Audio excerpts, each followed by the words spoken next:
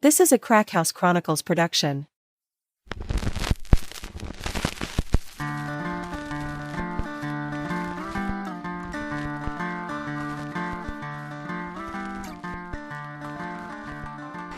Welcome to the Crack House Chronicles, your favorite true crime podcast. I am Donnie, and with me is a man who just ordered a chicken and an egg off eBay. Now he waits.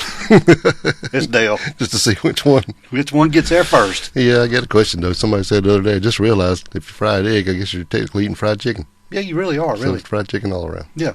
I love some fried chicken. Yeah, I love it, man. Fried, grilled, chicken's chicken. Yeah. Good stuff. I love them both. What's going on today, dude? You know it, same old, same old. Same old. Back in the Crack House doing an episode. We Gotta do it up. We got an amazing episode. guest. Yes, we do. Yes, that's what it is. You got anything to mention or talk about before we get going, dude? No, I'm just so excited. I think we just need to jump right in. Yep. Because we've got a follow-up from last week's episode. So if you hadn't listened to last week's episode on Buford Pusser, you need to go listen to that one before you listen to this one. Right. Because this one's just going to tie right in and fit right in with what we've been doing. Oh, man. It's going to be great. We have the Mike Elam. Mike Elam. Yes. Yeah. The man that's done all the research and the legwork on... The man himself, yes. Yeah. Yeah, the catalyst, if you say. Yeah, the man who is walking tall to find answers. There you go. So we get back from this short break, we're going to get right into it, Dale. Let's do it. All right, Dale, we are back. And you know, on last episode, we covered Buford Pusser. That's right. Yeah. Lawman, Tennessee, sheriff. The legendary. Yeah. And we got into his early life and what he was doing. Then we got into his later life when he becomes sheriff and the movie and the whole works. And the things he was involved in there in McNairy County. And we brought up a guy. The guy. We mentioned him in the last episode, Mike Elam. He got to digging into Buford Pusser and his life and wanted to learn more about him and who he was. And he discovered some things that were kind of unsettling. Right, yeah. He always looked up to this fella, and he wanted to look into more about Buford the person and not Buford the legend, and started digging up, and then kind of got disappointed in what he found for a little bit, but he just had to keep going, and man, what a story. Yeah, but we are so privileged to have Mike Elam on the show today. So welcome to the show, Mike. Welcome, buddy. Hey, thanks for having me. We certainly appreciate you coming on and answering some questions for us and filling in some holes and explain a little bit more about Buford and his life.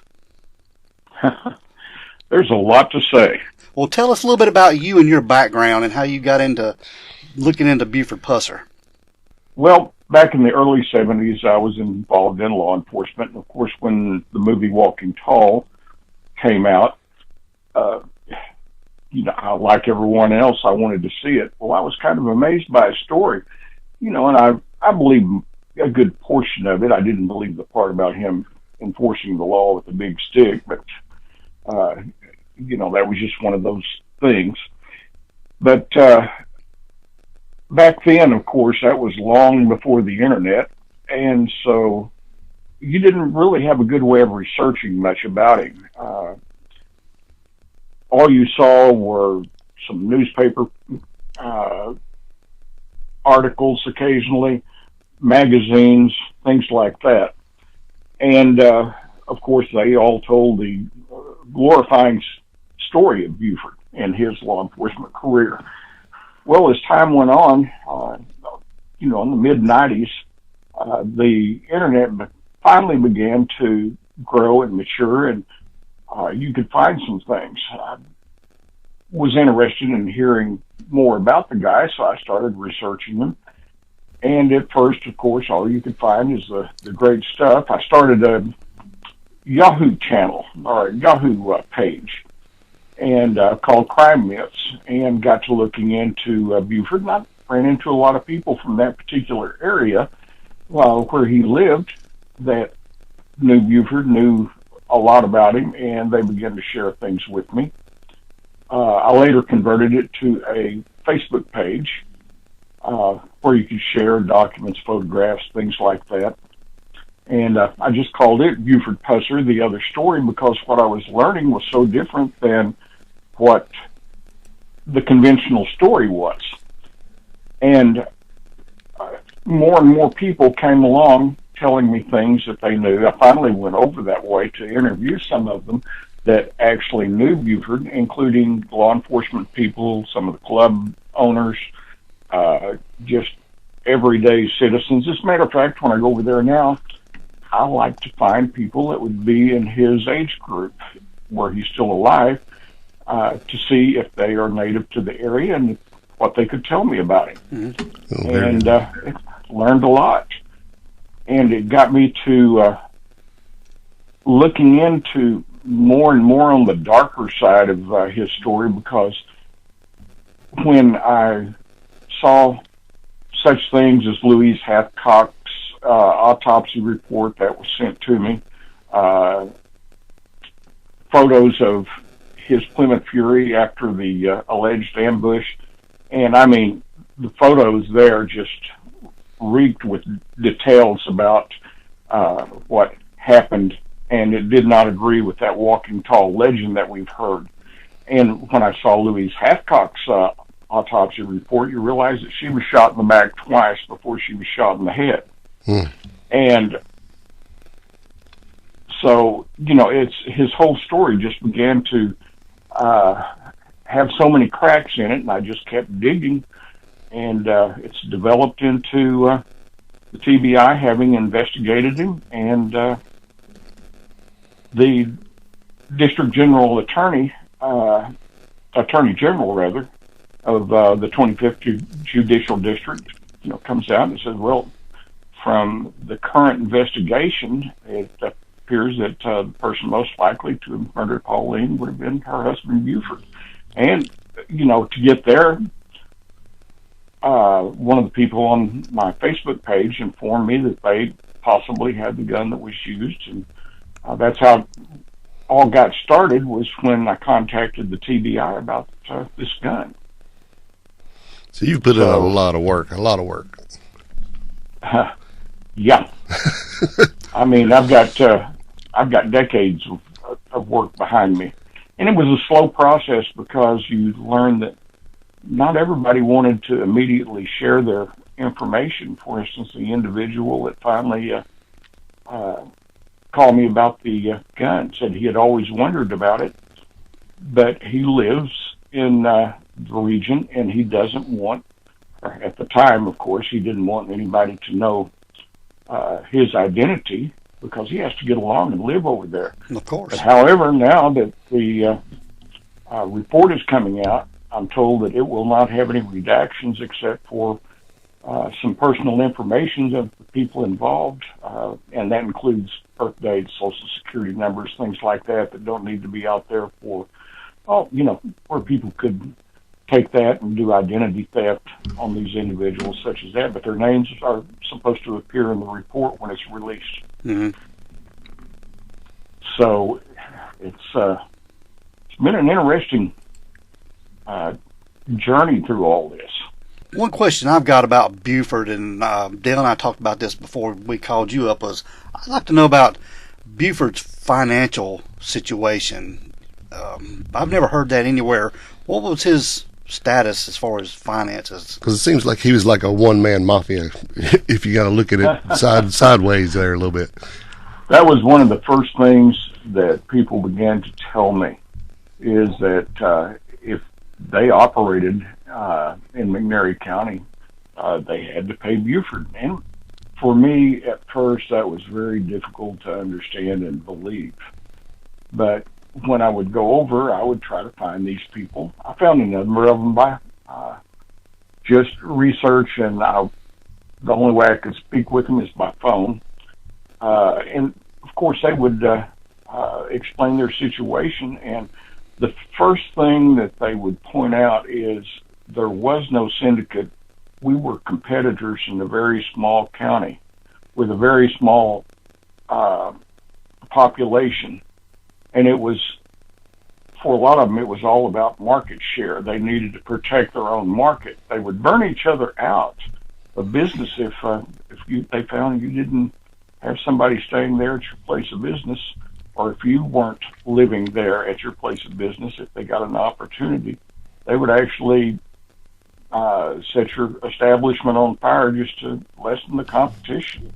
Wow. And so that kind of cut through all the nonsense about there being the state line syndicate because during Buford's time as sheriff, about the only two people that were seriously acting were Louise Hathcock and Carl Douglas. They called him Towhead White. Mm-hmm. And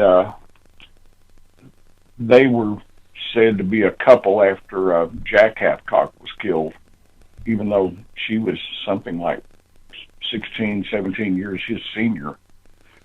And so I thought that was kind of strange that he would be interested in someone so much older than him, especially when he was described as being an extremely handsome man that women really admired. And but it was one of those things where, for instance, I contacted Hathcock's family, and I had various members of the family saying, "Oh yeah, Louise had to pay him a lot of money to be allowed to do what they were doing." There was another club down there, for instance, the Anchor Club. It was run by a lady that was previously Betty Sparks. Her husband was, I'm told, was accidentally killed in a hunting accident going through a fence. And gun went off and killed him. But she told me, says, I paid Buford $500 a month, and it was the best money I ever spent, because if I paid him that, I could be open as late as I wanted. I could be open on Sundays. I could sell hard liquor as long as I kept it off the tabletops.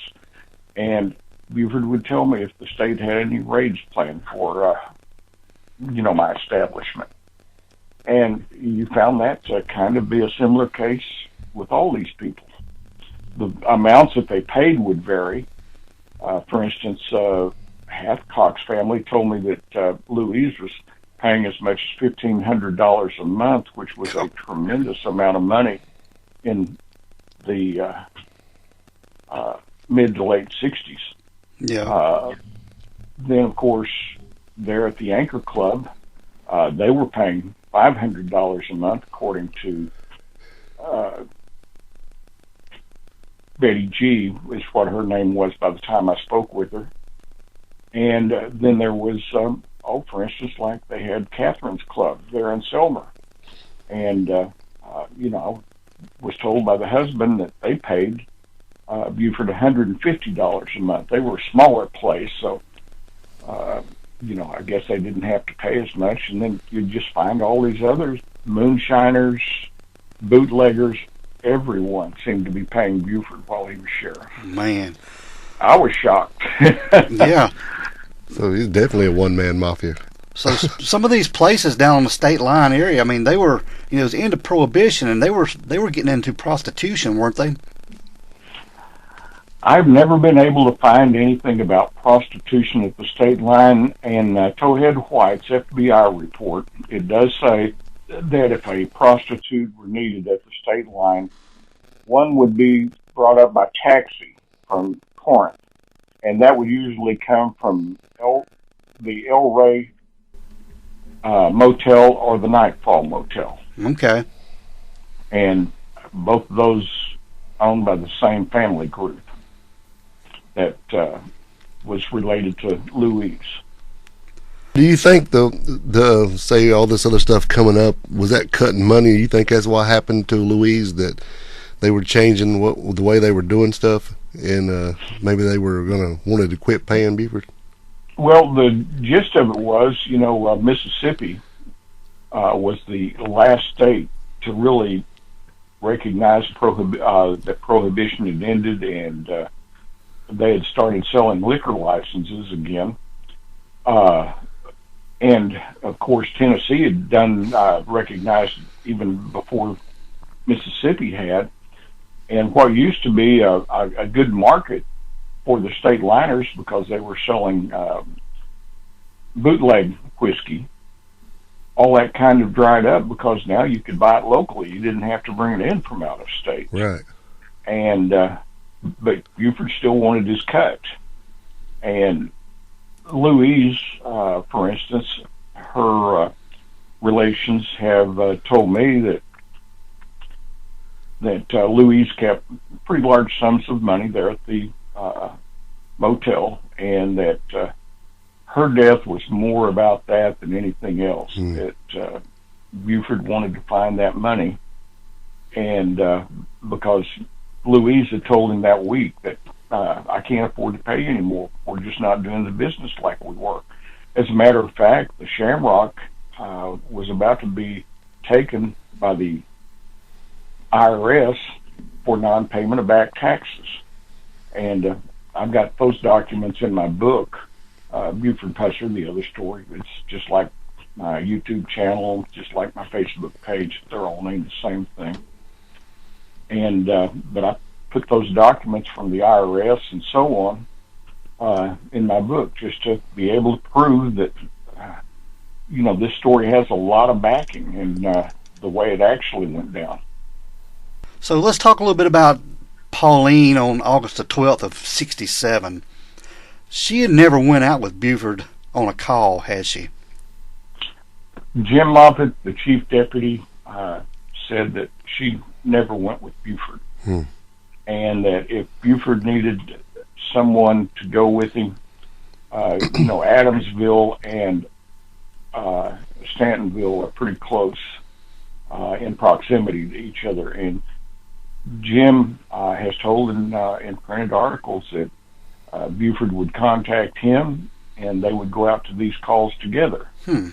And, you had other deputies saying, it was not unusual at all for Pauline to go with him.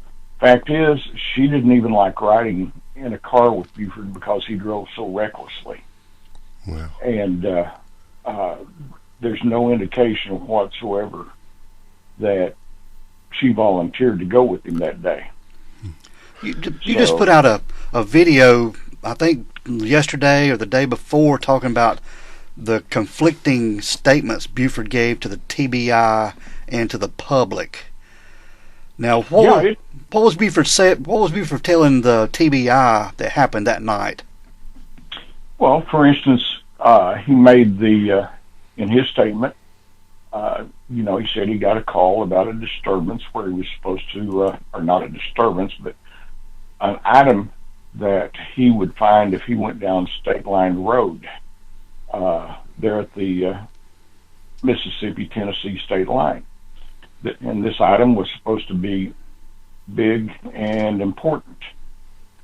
And so Buford said that Pauline wanted to go with him, so they got in the car and they drove down that way. Now, like I've stated many times before, the fastest way to get to State Line Road would have been to take Highway 64 into Selmer and then turn left on 45 and you go straight to State Line Road. But instead, he took a long, convoluted system of back roads through non-populated areas in which, when he got down to that particular area, instead of staying on 22 and going on down to Acton to get to State Line Road, he actually turned off on New Hope Road. And one of my problems with that was that, well, if he turned off on New Hope Road, how would an ambush party known to have waited for him where he alleges that they did? Yeah. And that makes sense. That was just one of those factors. But then he also said that when he went by he said that he was driving 80 to 90 miles an hour on this system of back roads and such as that, which most of them at that time were unimproved roadways. Yeah. Just dirt, gravel. And then he said when he got to New Hope Road and he passed by the church, he was going 50 miles an hour. Well, the first ambush site is 0.7 of a mile south of the church. And he said that they pursued him without the use of their headlights. And a lot of people are confused because they watched the movie Walking Tall, which shows the ambush taking place in the morning hours of daylight. Yes. When it was actually somewhere, I'm told, around 4:45 when this happened, and it is dark. 4:45 in the morning, right? Right. Okay. And So he said that they apparently pulled out from behind the church, pursued him, caught up with him by the time that he reached that first ambush site, pulled up alongside of him, turned on their headlights, and fired some shots. Well, it doesn't take a rocket scientist to know that 7/10 of a mile is roughly 4,000 feet.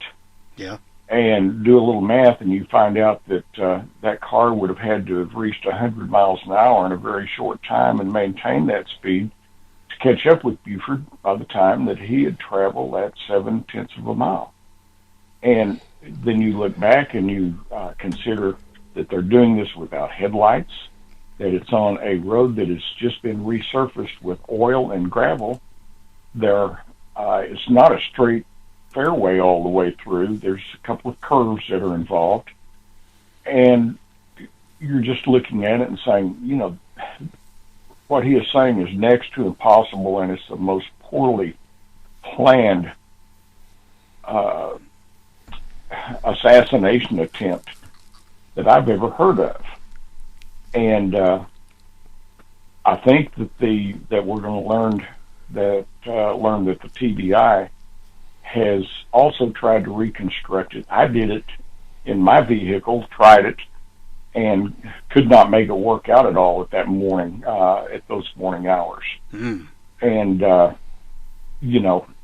I just couldn't build up any speed and feel like I could stay on the road as it is today, which is a blacktop road now. The TBI, I'm sure, probably scanned a car with a Faro scanner, which they can use to recreate an animation of the situation as Buford described it. And if they've done that, I'm sure that they found the same thing I did, that it was impossible for it to have happened the way that Buford claimed. So it's... and then he said, of course, that there were 2 ambush sites involved, and that just leads to more confusion about the story. Yeah. Do you think Buford had such arrogance that whatever he thought he could tell the TBI or law enforcement, they would just believe whatever he said? That's the feeling I'm getting. Well, first of all, like I've said on my YouTube channel before, law enforcement standards were different back in the early 70s, so I know that they had to be even more so in the mid-60s. Yeah. In that it was just like the sheriff was king of the county back then. He really didn't have that many people that he had to answer to, and so I felt like that he knew he could pretty much control the situation and the narrative, and that's what I believe he attempted to do after the ambush, was to just use his power and his authority to say, look, this is what happened, and people would just take his word for it. Yeah. So let's back up, and the events leading up to this. Pauline and Buford, they were having some marital troubles, weren't they? That's what I'm told by Pauline's best friend. I did get to interview her before she passed away. Okay, good. And go ahead. Go ahead. Now, Pauline had went to the house to get a few things. I guess the friend you had spoke to had taken her over there to get a few things. Yeah, but going back even a little bit further, Levon said that they were having issues. Mm-hmm. And I do know that Diane, now we never saw her in the movie Walking Tall. Her character was not included. That was Pauline's oldest daughter. Yeah, from a previous marriage. And she was staying at Gelia, Buford's sister's house in Memphis, because she didn't like being around Buford. Mm-hmm. And Pauline had called her and told Diane that Buford and I are having problems. You need to come home. And Diane did. so she was there during the conflict that occurred just, immediately prior to the ambush. But Levon said that she and Pauline had been out together that night. Levon was aware that that Pauline was going to be leaving Buford, and her task in all this was to take Pauline back by the house to get the kids, get her personal belongings, and Pauline was going to be gone. But her husband was one of Buford's deputies, and she said that she knew that Buford did not like her at all, and had told Pauline not to be hanging out with Levon. Levon was so afraid of Buford that when they got there to the house, that Pauline asked her to come inside. Do we know what time this was, Mike? Do we know what time? I don't know exactly. I wish I did. Okay. Go ahead. I'm sorry. But asked her to come in the house, and Levon said, well, I'll tell you what I'm going to do is just wait down the road here a ways, or the street here a ways, and whenever you've got all your things together, just let me know, flash your porch light on or something, give her a signal, and she'd pull back up. They could get the kids and the personal belongings in the car, and they'd be gone. And of course, she went down, parked a little ways down, and said she hadn't much more than done so until Buford came by, pulled in the driveway, and he went in the house, and very shortly after, she heard a gunshot. She knew that there wasn't anything that she could do for Pauline, and she couldn't call the sheriff's office because Buford's dad, Carl Pusser, was the dispatcher and the jailer. And so if she called there, that's exactly who she's going to get a hold of. She couldn't call her own husband because she knew that he was in tight with Buford on everything that he did. And she was afraid that if anything bad had happened at the house, that her husband, Petey Plunk, would probably lie to cover for Buford, and that would get him in trouble eventually. And like she said, I needed, him there at home to help support the family and the kids. Didn't need him in jail, is basically what she was implying. And so she said, I just went home. I'm trying to think about who in law enforcement I can trust, who I can call. And she didn't say exactly how long it was, but said then Petey called her and said, well, Pauline just got killed in an ambushment for Buford. And can I stop you right here for a second? She wasn't buying it at all. Yeah, I get that. Okay, listen. And I know this is kind of backing up a little bit, but I listened to a podcast you guys were on, Into the Fire, True Crime Stories. It was like you, yes, Dennis Hathcock, and Danny Couples. Right. And I probably listened to this thing 7 times. Okay, so, and Dennis tells this story of him and one of his friends following Buford around on his motorcycle, and this would be the same night but earlier, as far as the way it sounds to me. Yes. And he sees Buford at this park, and it's something they did for fun. Some girl comes to meet him, and Buford runs her off. And at this point, right. Okay, and another car comes in. He sees trunks open, weapons exchanged. I'm not sure which weapon goes where, if Buford was getting them or selling. I don't know.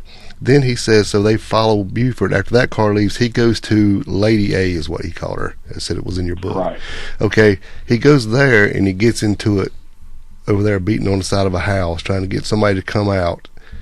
The person comes out, and then they get away and run from Buford and then kind of hit their neck on a clothesline or something. And then from this point, they follow him to a gas station where he makes a phone call and then leaves burning rubber out. And is that the point he goes home to do all this? Yes. Okay, so I was trying to figure out what was going on there.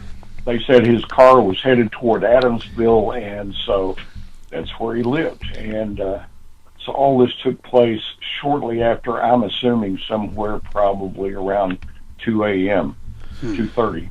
So you think maybe whatever happened between this girl and him jerking this girl out of the car, and I know Dennis said something about another girl or something was in the floorboard, and that's when he got so mad, but that kind of confused me. But do you think this all brought on to when he got home and it brought it all to a head, maybe? Well, I think that, you notice he called somebody while he was in the service station. Yes.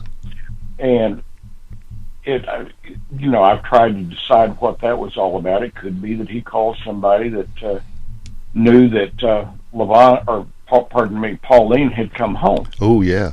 I didn't think about that. And so he was making a beeline, possibly to Adamsville, to get to Pauline before that she managed to get away. Now, Pauline didn't drive, right?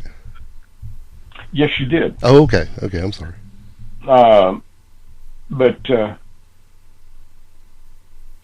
I've been told different stories, none that I've been able to verify, about where her car was that night, what she was doing. But, other than being with Levon prior to all this occurring, at any rate, Buford gets there, and that is when Levon down the street hears the gunshot and leaves. So do you think he shot her in the house right then? Because I know they said they found just a little bit of blood, but that's like, Donnie and I had talked about this, and he thought, well, maybe he just hit her, knocked her out, and drug her out. I'm like, well, if he just hit her, she couldn't hear that down the road. Right. It wouldn't surprise me to learn, because I do not believe that, I've never heard that the home was ever considered as a crime scene. So it was never, as to my knowledge, never really checked for any type of evidence.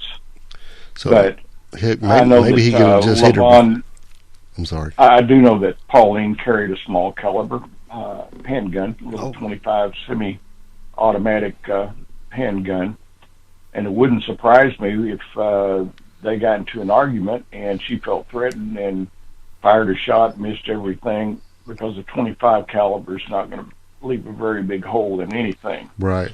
And then he could have just punched her and drug her out. That's it. I was thinking about that too, but I didn't know about her carrying a gun. Go ahead. Yeah. Then this is where Diane kind of comes back into the story, because an associate of mine did speak to Diane. I was always looking for her. I didn't know what name that she was living under while I was searching for, but he accidentally ran into her at the Pusser restaurant that Dewana operated, Pauline's youngest daughter. Mm-hmm. And she worked there.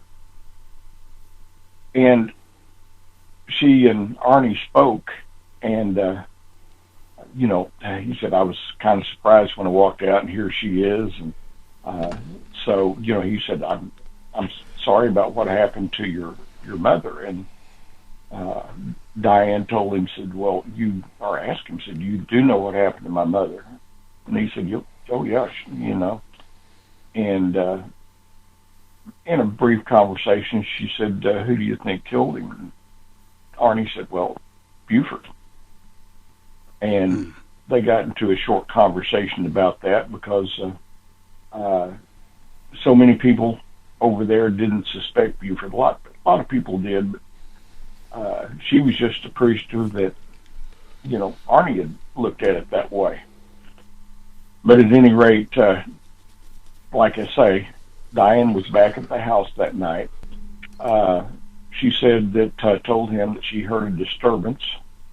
Different places with different people that I've visited with, she would describe it as hearing a pop coming from the living room. And she said she was so afraid of Buford that she was afraid to look out the bedroom door to see what was happening. And said she heard the front door open. She looked outside through the window, said Buford was carrying Pauline, half carrying, half dragging her to the car.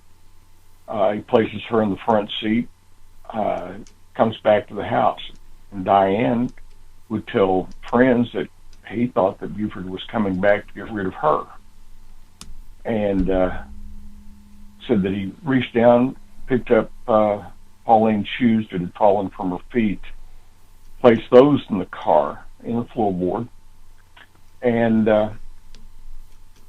Diane said she was so scared at that time she went and crawled under the bed. Wow. To hide, from Buford. He came back in. But said he pulled away. That was in the car. That was the last that she saw of her mother. So investigators go in the house, or somebody goes in the house, and they see some blood. How much?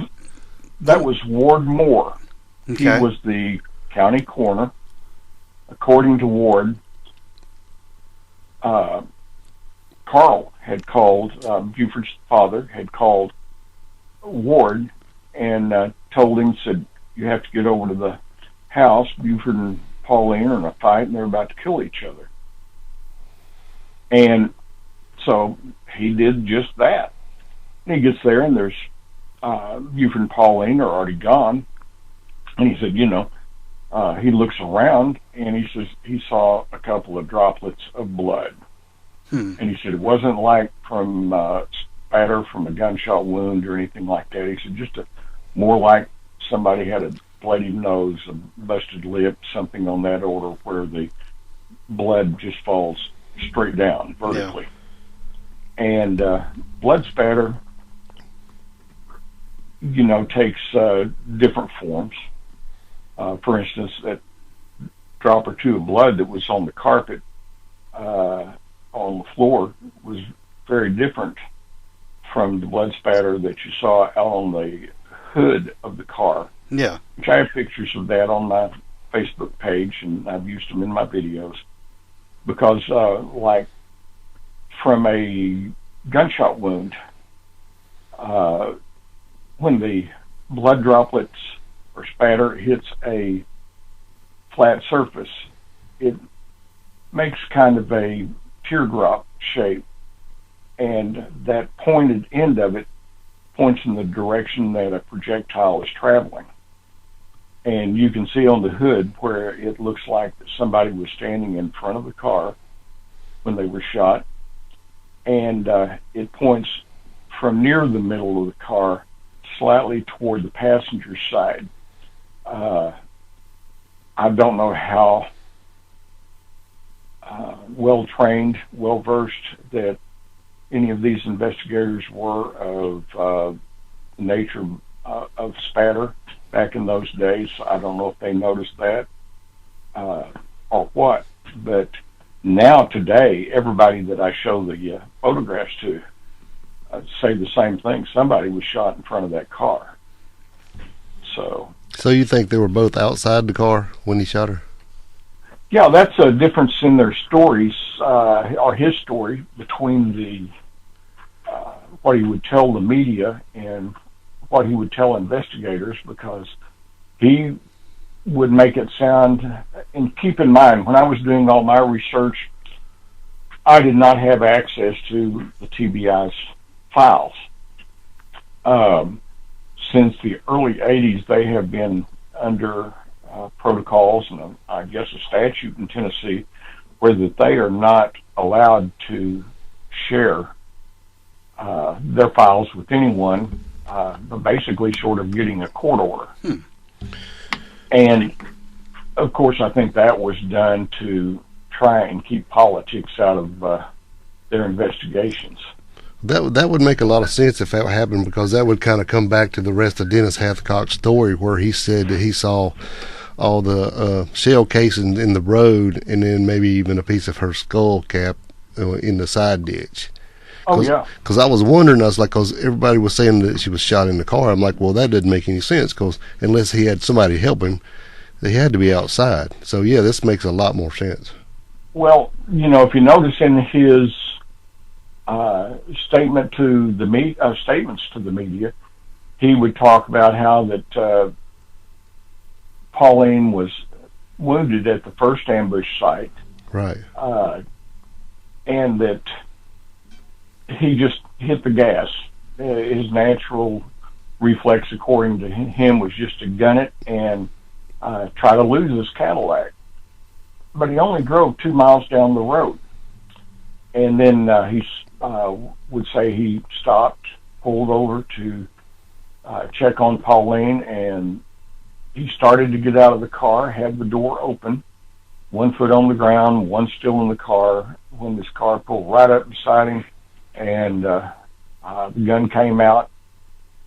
And at some point during that, he said he reached out and grabbed the barrel of the gun.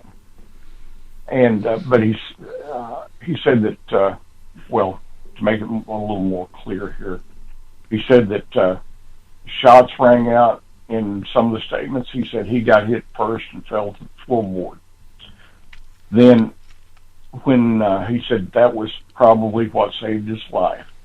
And he said he laid there for some time. He doesn't know how long. But when he reached over, grabbed the steering wheel, pulled himself back up into the seat, he saw that Pauline had been shot again and was dead. And he said he looked to his left and the car was still sitting there. The gun came out, and he reached out and grabbed the barrel of the carbine and held on to it until they drove away. However, in the statement he gave to the TBI, he describes that Pauline was gasping for breath, tried to say something immediately after she'd been shot. He gunned the car, stopped 2 miles down the road to check on Pauline because it sounded like she was choking.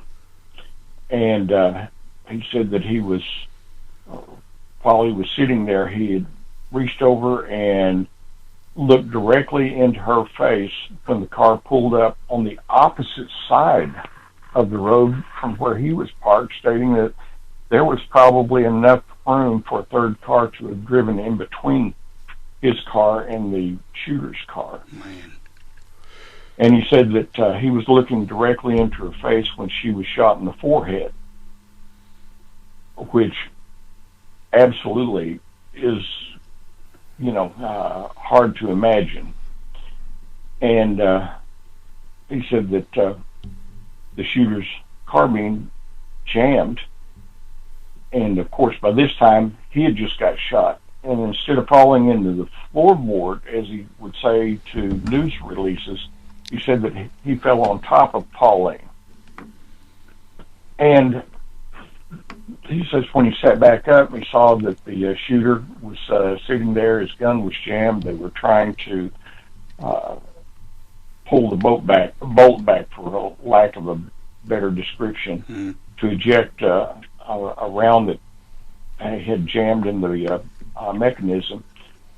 Said he got out of the car, ran across the road, yelling, "Get out of here, get out of here," as he grabbed the barrel of the rifle and he hung on to it. And he made the comment that the car's engine was dead at that time, but the driver restarted the engine and drove away, pulling the gun from his hands. And he goes back, and he doesn't tell any of this in the part that he would release to the press. But in his TBI statement, it says that he went back to the car, tried to get in the trunk to get a 30-06 out of the trunk, and he was having difficulties. He didn't have the keys. He remembered they were on a key ring in the passenger's compartment, and he goes up there to get it. And in the process, he remembers that the gun isn't in the car, that he had loaned it to Charlie Cox, a friend of his. And so he starts his car up after he tries to check on Pauline, and he's decided that he's going to go after this Cadillac. Now, he's got, according to his statement, he's got a .357 on his hip. He's got a shotgun in the floorboard, but for some reason he's going after this 30-06 that's not even in the car. Says he starts up, he drives a mile down to Highway 45. He turns north and heads towards Selmer after looking south toward Corinth, because the border is right there. I mean, it's just yards down the highway from where New Hope came out onto 45. He doesn't see the Cadillac anywhere to his left, so he turns right. He drives quite a little ways down that road looking for this Cadillac, and, it's nowhere to be seen. You have to keep in mind that Pauline, during this time, is laying there in the seat beside her head opened up with this wound. He's had his chin shot, and he's bleeding profusely. And yet he's going after this Cadillac. Well, after he goes north so far and hasn't seen it, he turns around, drives back toward the state line, pulls into the parking area there at the Shamrock, doesn't see the car. He looks across the highway at W.O.'s Halfcock's Plantation Club, which sat on the Mississippi side of the state line. He sees 3 cars, but none of them are the Cadillac, so he decides that he will go down State Line Road. And its intersection, 45 and New Hope Road, all kind of wide together. And this is an area that he's extremely familiar with, but yet when he leaves the Shamrock and pulls across the highway, instead of going down State Line Road, which is to the right, he goes to the left back up New Hope and drives down through their ways before he realizes that he's on the wrong road. So he pulls into the driveway, turns around, heads back down toward the state line. And he said he's getting groggy, so he turns and heads towards Selmer, which is something that absolutely makes no sense. Your wife has been mortally wounded. You're wounded. The hospital in Corinth is a short drive down 45 if you go across the line to the south, but instead he wants to drive 17, 18 miles to Selmer, to a much smaller medical facility to seek help. Makes no sense. And, well, he would have more influence there. Oh, sure. My personal opinion, and it's just my opinion, I don't think he wanted to cross the state line and risk federal the charges. FBI Right. becoming involved. Yeah. Yeah, the way I'm seeing it here after listening to this and putting it together in my head, I think he was pissed off. He went home, he got her, he went down the road, he stopped, he got out, he killed her, put her back in the car. He got down the road and he got to thinking about this. He's like, hell, I got to have a reason to have this gun, or at least have my handprints on this gun. So then he had to make up the story that the car stopped again with the barrel coming out so he could grab the gun from the assailants, and now he's got possession, or at least has handprints on the gun. And then and does all this, and it's all because it was it wasn't a planned out thing. It was such a spare of the moment, kind of pissed off, I killed her, now I got to figure out a way to cover my ass. And that's why I think all this comes together, like you said, and then he takes off down there, and then he realizes, hell, I can't go there because I got a lot more power in this county, and I don't want to go across the state line. So then he turns and goes back the other way. Well, I even look at State Line Road, where he said that they were initially going. And if you look on a map at State Line Road, when you get to Acton, Tennessee, which is right there at the state line itself, if he had taken State Line Road, it would have gone down into Mississippi for just a short ways before it went back up into Tennessee. Mm-hmm. So I just figured that rather than take the more logical route, he took all this convoluted route through unpopulated parts of the county, so he wouldn't be seen. Pauline certainly wouldn't be seen, and he gets down that way and kind of rethinks things, turns down New Hope Road, and then he just makes up his story from there. Right. Man, It all makes sense. Yeah, it does. Mike, you'd said in one of your videos, you'd made the question that Buford Pusser could be labeled as a serial killer. Do you still think that? Well, when you look back and you consider that he shot Louise Hathcock the way he did, you know, his story there doesn't necessarily, to me, jive with the way that evidence kind of lays out, because No, not at all. I mean, all three deputies on a day when the weather is really bad, I'd say all three deputies, Buford and two deputies, which was just about their entire sheriff's office personnel full time, they get in the same car and they go down to the state line to confront one person, a woman. Mm-hmm. Yeah. And so they're all there together. Jim Moffitt, his chief deputy, would say that when they were there, that Louise wanted to speak with Buford in private. And so she owned the motel, and of course she had room number 1 designated as her personal living quarters. So whenever she was there at night, her place was right there connected to the office. Mm-hmm. And so Buford and Louise went into her room. Jim walked into the hallway just outside, and the door was almost completely closed. There was some laundry, dry cleaning, that was hanging on the doorknob that kept it from closing completely. And so he couldn't see what was going on. But then there were 2 other people in a back office right there behind the motel registration desk.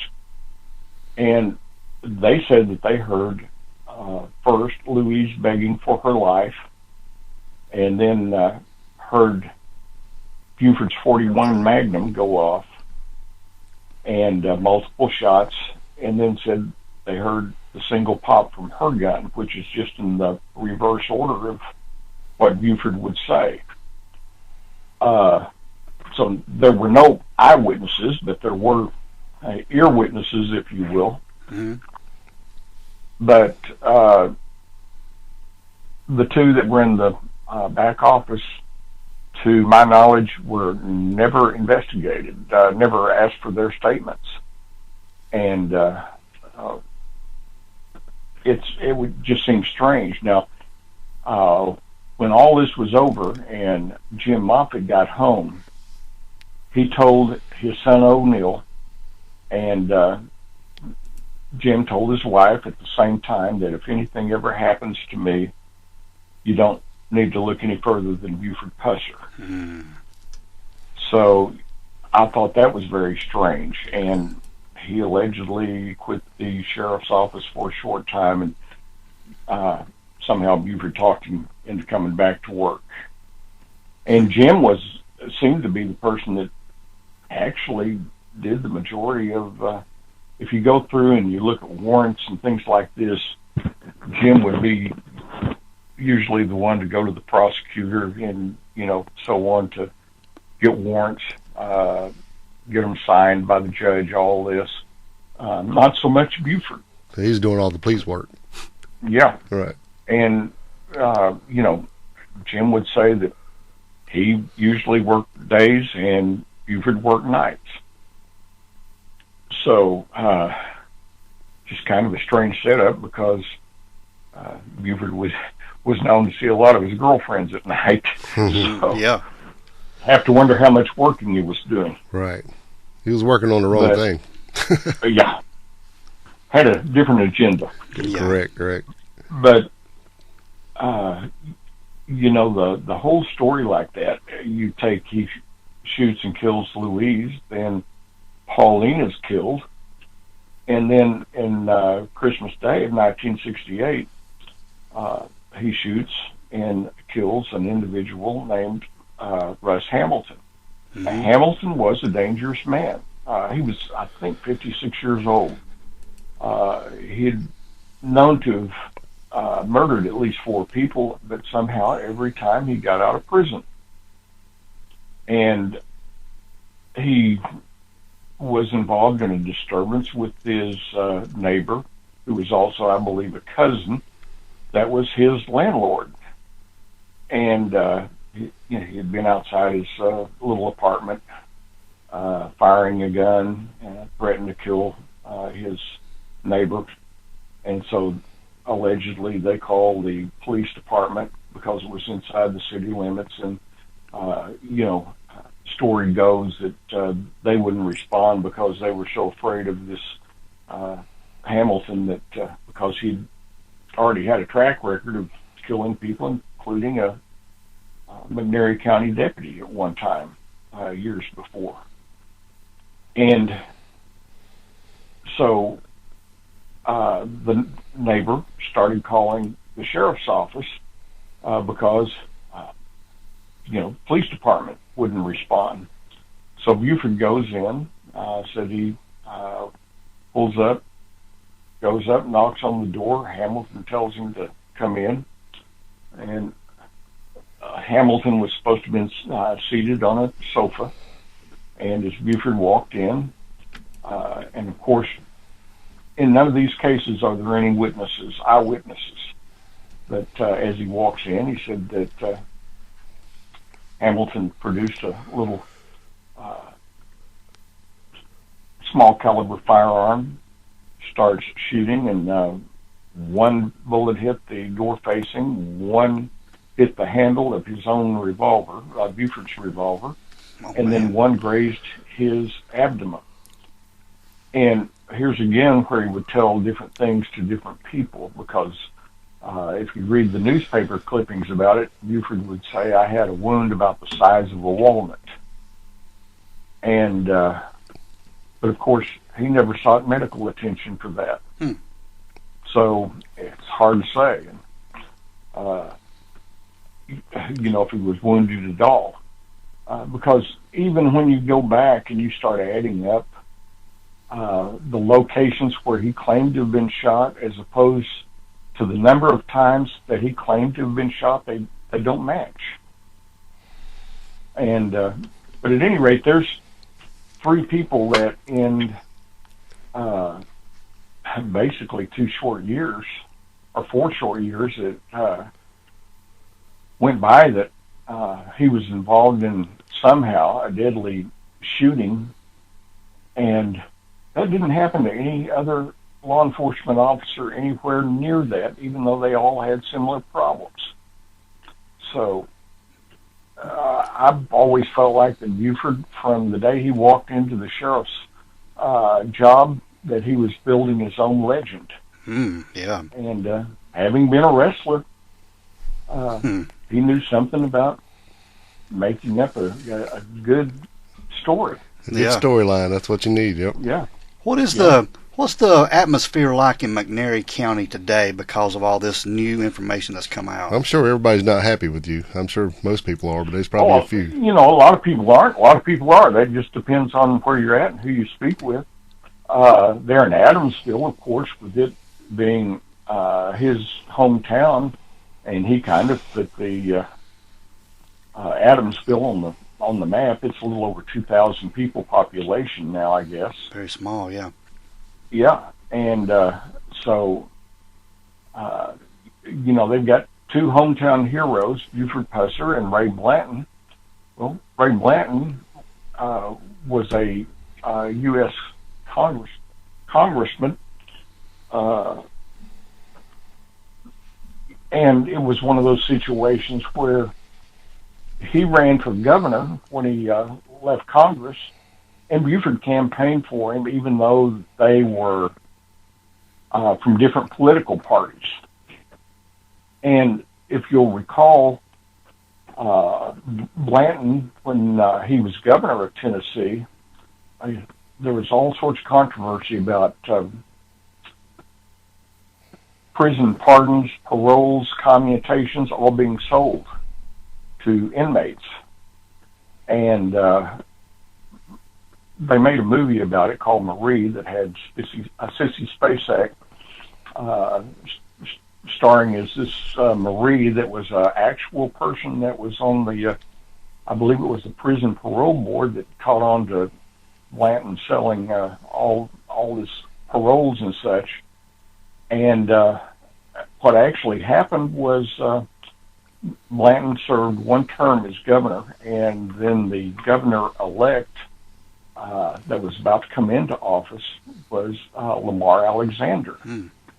And when members of the Senate and other leaders there in government found out that he had something like 52 more paroles and such that he was going to sign off on before he left office in just 3 days, they all got together and decided that they were going to swear in Lamar Alexander in a very rushed move to give him the power of the governor, take it away from Blanton before he could sign those releases.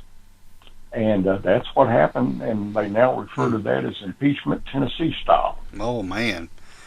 They weren't even sure if they could legally do it, but they looked at the alternative and said, we've got to do something. And so that's what they chose to do.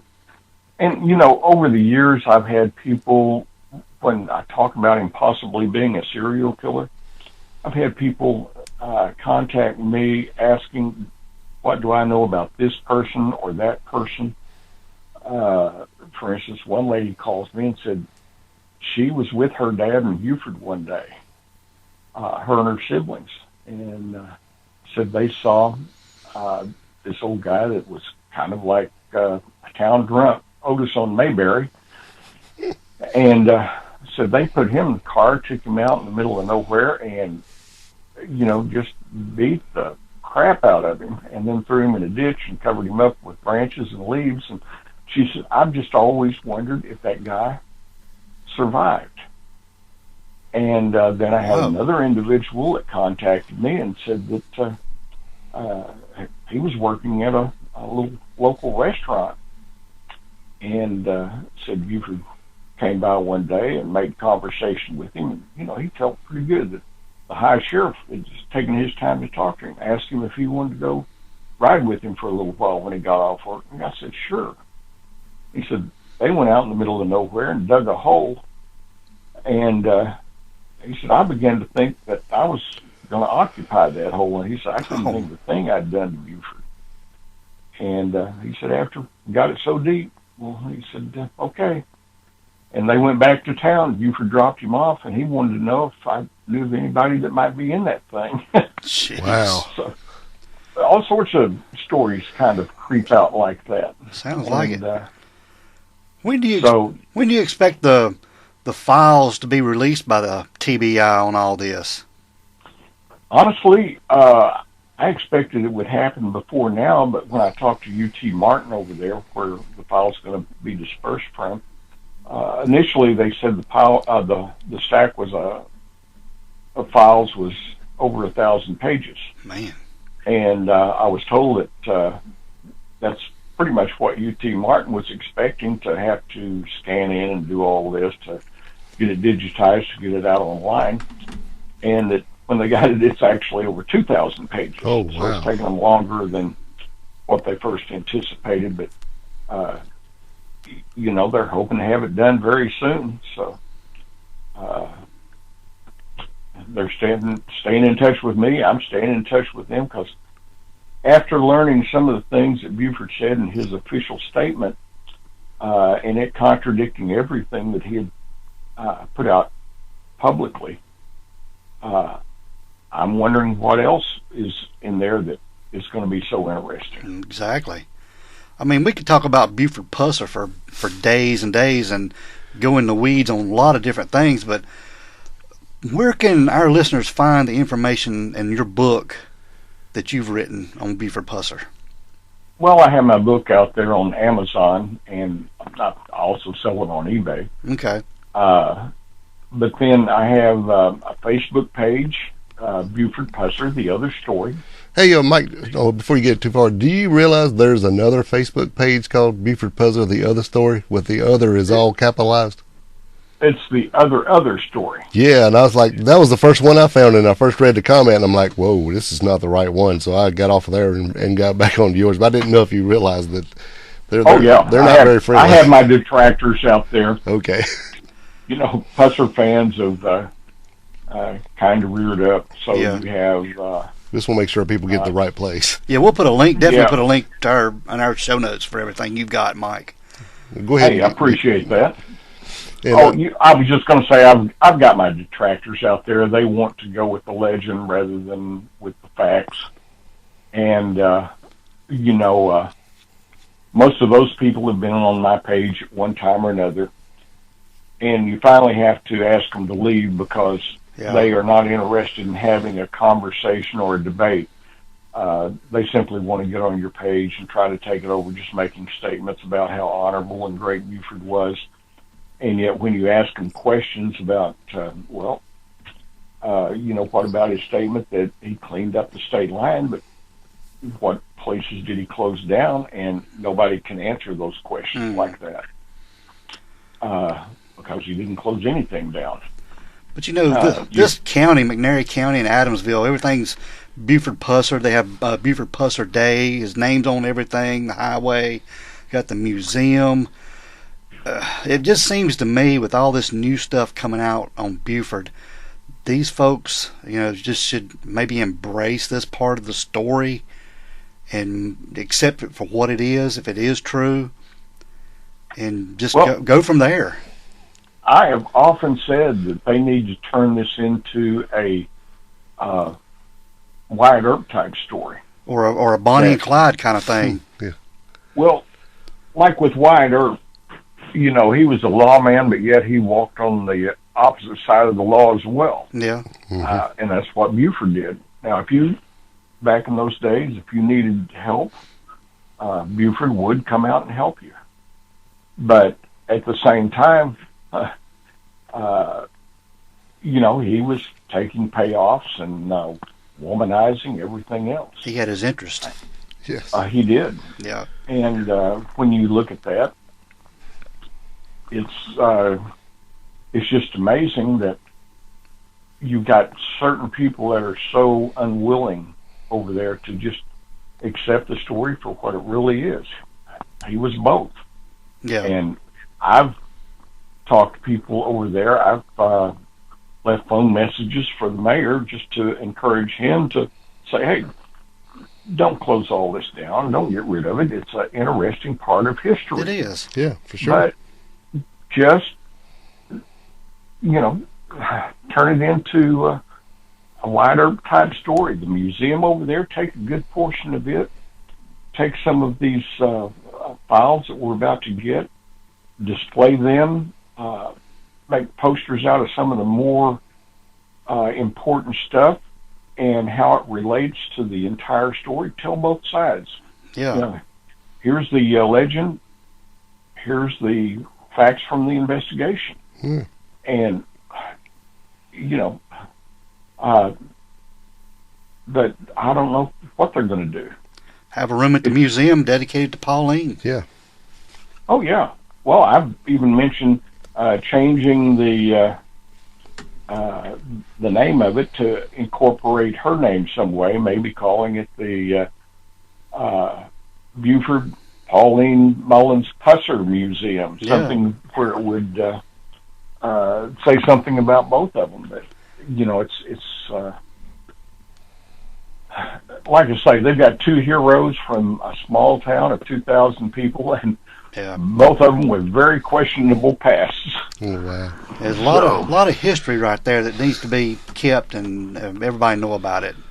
Both sides of it. Yeah, definitely. Oh, absolutely. It's like Bonnie and Clyde. I mean, they were killers. Yeah. And yet, that 1969 movie, Bonnie and Clyde, with Warren Beatty and Faye Dunaway, it romanticized the story. Yep. And people forget that, what was it, something like 13 officers that they shot while they were on an 18-month rampage. So, and basically that's what's happened with the Pusser story. the real story got hijacked by a movie and romanticized to make him a larger-than-life individual. Yeah. And now people actually believe that the movie tells the facts. Definitely. Don't you and Dennis do like some kind of deal up there at the museum and they actually go down the road and the whole thing, you do it like twice a year, or is that still going on? Yep. I've got some of my detractors saying out there that, we do a bus tour, all this. No, it's caravan style. It always has been in the past. It's absolutely free to anybody that wants to come down, but this year we'll be meeting. It'll be October 25th, which is a Saturday. No, it's coming up soon then, yeah. We'll start out at the Ag Event Center there in Selma. We usually start out with, just having some coffee, donuts, soft drinks, water, kind of getting to know each other. A lot of us making reacquaintances after 6 months or a year. And then we leave there. We go down Highway 64 toward Adamsville. We stop at the crash site where Buford lost his life. From there, we move on to the cemetery in Adamsville, where we give people an opportunity to see where the family burial plot is and pay their respects if they wish. Then we go on to the museum. That's the only part of the tour that costs anything. Those that want to go in, the museum does charge a admission fee, Mm-hmm. and that's up to people to decide if they want to do that. It's totally optional. From there, we leave and we take the route that Buford and Pauline were supposed to have taken that morning, so that people can see for themselves what a odd pathway it was to get to the state line, as opposed to, because 2 blocks away from the house was where you get on Highway 64, and where Buford could have run that car wide open like he'd like to. Well, this gives people an opportunity to see it for themselves and make their own mind up. It's only 8.5 hours from here. Yeah, yeah. And that's exactly the point. They can see for themselves, and that convinces a lot of people right there that it did not happen the way that Buford claimed. Mm. When we finally get to the state line area, we stop at the church. We have a little discussion there about the events that were alleged to have taken place there. We drive on down to the first ambush site, 7/10 of a mile away. Stop there, and it's kind of like the church. It gives people a good photo opportunity to get some pictures and things. When we're concluded there, we go 2 miles on down the road to the second ambush site, where most, if not everything, just about happened there. Mm-hmm. And we cover all that. Another mile down the road is the state line. And we stop. We show them how that the plantation club, where Buford was allegedly beat up, cut up, and robbed, when he first moved back from the Chicago area. Right. That didn't happen at all, and that was just more fluff for the story. But you can see right across the line in Mississippi where the plantation club sat. You'll also see where the Shamrock Restaurant was in Mississippi. Then just feet away is in Tennessee, is where the motel is. And also across the highway and down, maybe 100 yards or so, is the White Iris.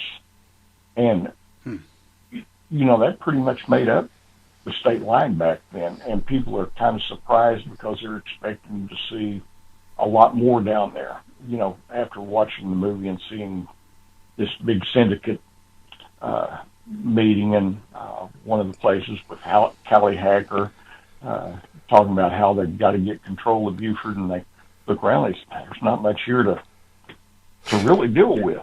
It's very interesting. but we talk about and tell everybody what all went on there. Gives them a good photo op, and then we also take a couple of minutes down at the White Iris. Then we head on down 45. Now, we don't stop at some of the sites because there's no place to park. For instance, Hollis Jordan's Tavern, where Buford would often say that they were headed that morning. It's about a mile down the road from the state line, also where Sheriff Dickey was actually killed. In the movie he was Al Thurman, but in real life he was James Dickey. Mm-hmm. Right. And so as we drive by some of these places, we do have an FM transmitter in the lead vehicle, so we can be giving a narration of what people need to look at and look for as we drive by. Time permitting, we like to go down by where the Old Hickory Grill was, also where Willie B's was. In the movie, they called it Willie Ray's. They changed the name on everything, and I would imagine it's because they wanted to avoid any lawsuits for some of the things that they were saying about these people. Yeah. Then we also like to just circle around by where Pearl Wade lived, which was one of his girlfriends. And Pearl was his girl. From there, pardon? I was just saying, making a joke. Pearl was his girl. Pearl. Oh yeah. That's the one that he and Towhead were supposed to have both been seeing. From there, we go on into Eastview, and it's at a dangerous intersection, so we can't stop. But we pass by where Alan McCoy's store was, where Buford and Pauline were finally found that morning after the ambush. Just a ways down the road is also where the state maintenance lot sat, where Dennis and Johnny observed the gun exchange. Yeah. And Lady A being there and being chased off by Buford before this car pulled in, and they had the gun exchange. And from that point, we go on into the courthouse in Selmer. We usually go into the